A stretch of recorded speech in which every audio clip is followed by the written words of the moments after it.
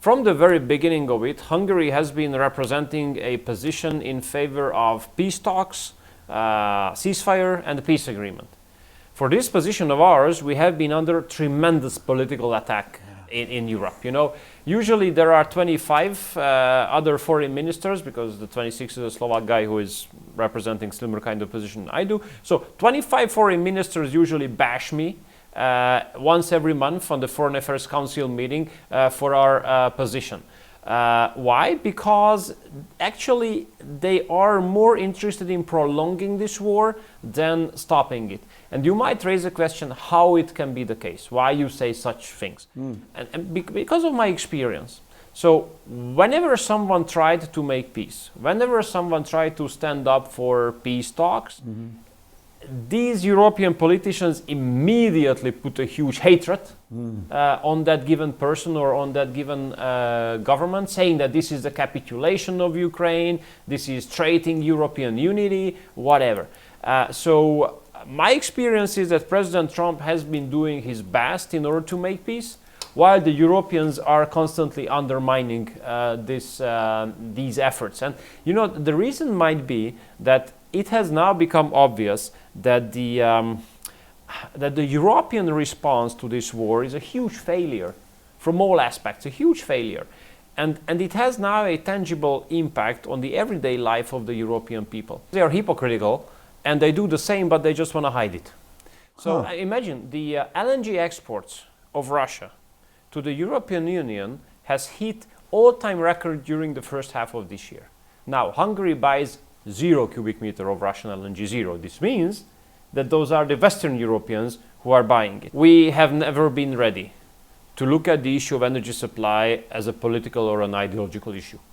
Because with politics, with ideology, you cannot heat, you cannot cool, you cannot operate your factories, you cannot create hot water, right?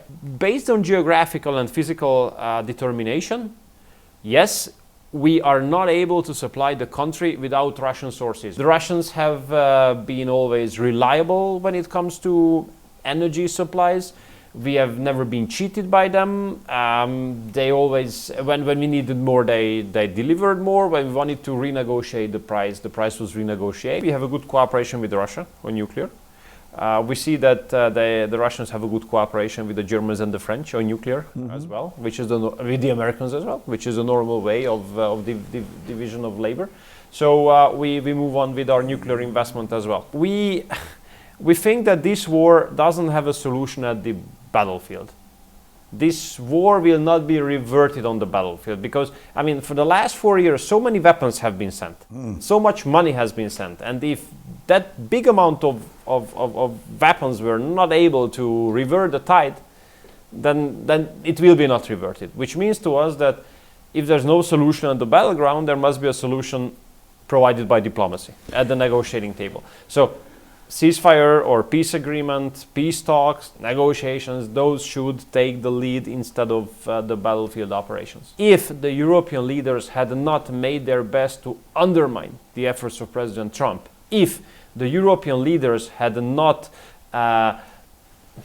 escorted Zelensky to the White House on that famous meeting, there could be peace in Ukraine now. But unfortunately, the European leaders, the liberal elite, has been undermining the peace process and the peace efforts of President Trump on a daily basis. I think that such a decision, confiscating the frozen assets, would have a very, very bad impact on Europe, generally speaking. Let's say that the trust towards European economy, the trust towards the European investment environment, would just disappear immediately. Today, the agreement was signed for the acquisition of 44 Leopard 2A8 tanks. You have just been a witness to this signing. I sincerely thank you for this trust. But I also say that with this, we strengthen our armed forces as allies in NATO, and we also seamlessly and efficiently network them through the systems. This has never been more important than today. It shows that we stand together in the European Union and in NATO. It also shows that we have the means to respond to current threats to our security and integrity from Russia and others. Looking at Ukraine, we are currently experiencing significant diplomatic momentum. We are shaping this and are determined to use it, especially to achieve a lasting peace as soon as possible. We agree on where we stand. I want to make it very clear. I want to say, only Kiev alone can decide what territorial arrangement it can accept. Ukraine needs strong security guarantees from the partners of the USA and NATO. And everything that concerns us Europeans concerns us and requires our consent. European security interests must be preserved, and we will decide on that. Against this backdrop, we are planning further coordination talks in the coming days. The last few days have thereby once again emphasized that Ukraine is interested in a negotiated solution. It is strongly advocating for. Mr. Federal Chancellor, do you actually feel addressed when Donald Trump says that the Europeans are doing a poor job, especially with migration, and that a partnership between the USA and Germany could be made without Europe? You have often responded to the security strategy of the USA with the statement that if one cannot achieve anything with Europe, then at least Germany should be made a partner. We have an interest in having partners in the world, and in the future, the United States should be counted among them. And that is exactly my stance, which I have also conveyed to President Trump in several conversations. By the way, this security strategy that the Americans published last week is not a really big surprise after the American Vice President gave the speech at the Munich Security Conference, which you all have probably heard and remember. And thus, we are prepared for the transatlantic relationship to change.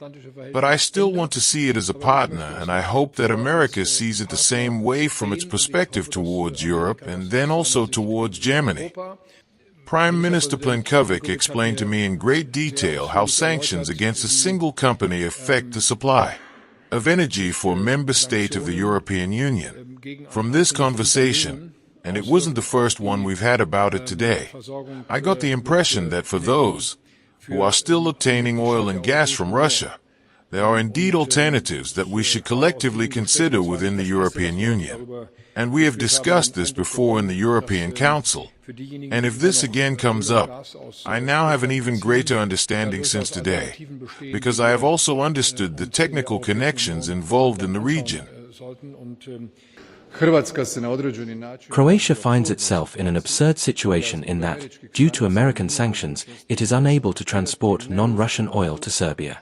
To the refinery in Pančevo, which is part of the Serbian oil industry, because of Gazprom Neft's majority ownership in NIS, causing financial strain and affecting the Adriatic oil pipeline, with issues in terms of supply, since 95% of the crude oil supply to Serbia came through Croatia. Serbia, its energy sector, and its economy are suffering.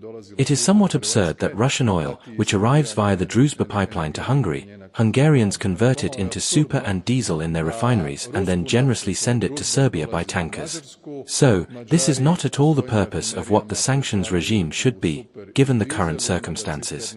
And we have clearly articulated that we are not satisfied with the current situation given the decisions in force by both the European Union and the United States.